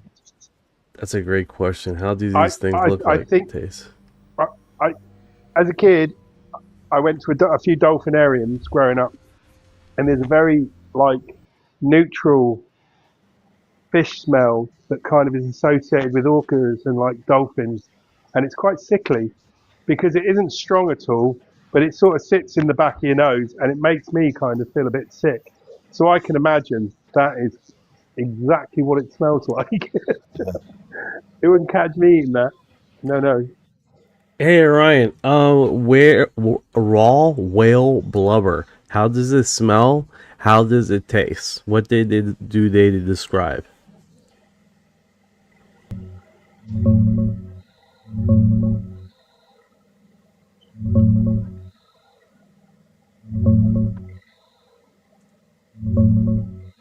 People who've tried raw whale blubber or muktuk usually say it's super chewy, kind of like cartilage or rubber that melts into oil in your mouth. The taste is mildly fishy but not super strong, with a nutty or creamy flavor. The smell can be pretty strong though. Some Yeah, compare it to fishy, oily, or even a bit rank like a zoo enclosure. It's yeah, definitely an acquired taste. yeah. Ugh. That's pretty much what I described without the rank zoo enclosure thing, but it definitely smells rank at the dolphinarium for sure. 1,000 years ago, and you had that to eat, it'd be like yum. You would. What the hell is that? Like a kid drew it and then AI made it real. Do you know what I mean? Oh It's like a kid drew it and then AI made it real. It's an acquired taste for sure. A lot of folks who grew up eating it love it, but first timers usually say it's weirdly chewy and oily. What made you curious about whale blubber all of a sudden? None of your damn mother. This is I think this is basically the whale shark or the what's that one called? The megalodon? The megalodon. Don't ask me how I remember that freaking word. The megalodon, the freaking ancient shark that they believe that still coexists, that is eating whales. And the reason why they have that is because there's some of these whales show up with huge bite marks on them.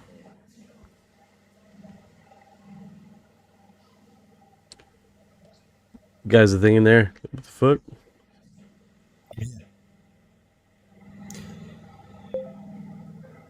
Hey, what's going on with the megalodon and biting whales? Because whales are showing up with bite marks on their bodies that are huge.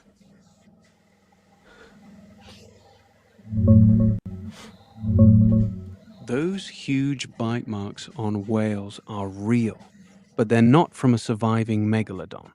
Scientists are pretty sure megalodon went extinct about 3 million years ago. No fresh teeth or matching bite marks show up in modern whales. The big scars people spot are usually from large great white sharks, sometimes 20-30 feet long, or occasionally orcas.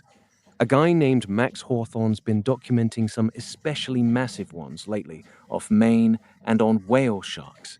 Still wild, but it's just really big versions of sharks we already know about. Didn't like a 35-foot shark like was taken? Like there was a monitoring sensor on him, and it was a she. And next thing you know, the temperature increased, and then the drop of death increased dramatically. Like whatever took it, ate it, and then it was in a belly or something, and went down like a crazy amount of death at the same time.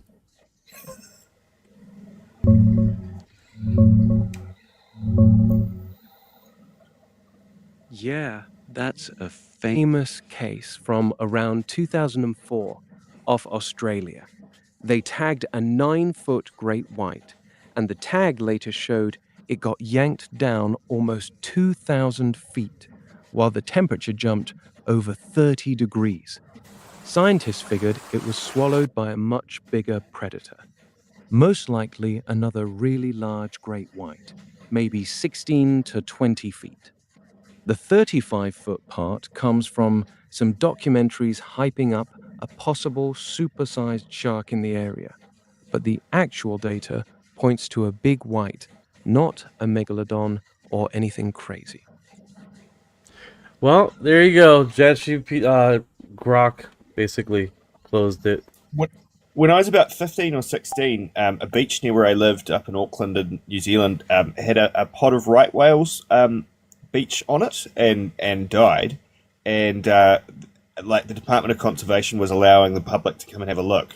And it was only maybe a day after they were discovered to be there, and their skin had all started to like break up. They were belching, like as the all of their organs were sort of releasing gases. They were belching, and they were trying to pull these huge whales up the beach and bury them because they explode as well. And they were like putting a strop on the back of the around the back fin, the tail fin, and trying to get a tractor to drag these things up the beach, but the skin kept breaking and the strop kept coming off, like it was, and they were in full like rubber biohazard gear. It looked like a hell of a job to try to like deal with these poor whales. Quite a sight to behold. That's wild. Do you know there was a similar incident not long ago, probably about 5 or 6 years ago, whereby one was being transported through a city in Japan, and the thing went off bang on the back of a huge truck, and literally like the explosion sent blood and dust, like, and it was going through the middle of the city. Walls and further. Yeah, right in the middle. That was crazy. Yeah, they were transporting a whale that was beached themselves. Blew up. That's wild. I remember that. That's next wild. Most definitely. All right, guys. I'm gonna head off here. It's been a wild conversational thing here. Appreciate you guys joining the live and all. So good. Thanks for having us. Always a fun time, mate. Most def, man. Thank you for dropping by. Knight. Thank you, Juno. Thank you, Chips. If you guys been here this long, you are disclosure.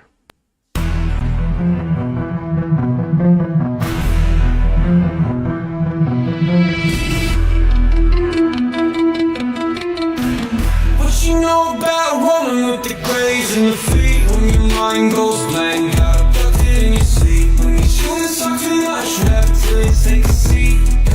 Yeah. I feel like a hybrid in the deep valley. What you know about flying in a plasma stream when your brain gets zapped, it's the cosmic beam. When the humanoids show up, everything gets serene. I feel like an envoy in a starship dream. She say that I'm weird.